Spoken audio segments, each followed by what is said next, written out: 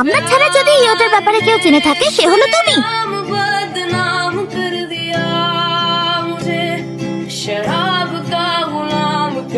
আর মিথ্যে বলার চেষ্টা করো না, তুমি ইয়োটাকে দেখেছো আর তুমি ওর ব্যাপারে সবাইকে বলে দিয়েছো।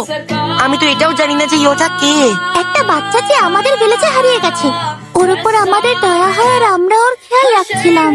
তারপর আজ আমরা এখানে এসে দেখি সবকিছু কেমন ছড়ানো আর ইয়োটাকেও পাচ্ছি না। তাহলে ওই বাচ্চাটা কোনো অন্য ভিলেজ থেকে এসেছিল? তোমরা সবাই একটা অন্য ভিলেজের বাচ্চার কথা খেয়াল রাখছো, কিন্তু তোমরা কখনো আমার ব্যাপারে ভাবোনি। दर्द होने दो, जख्म गहरा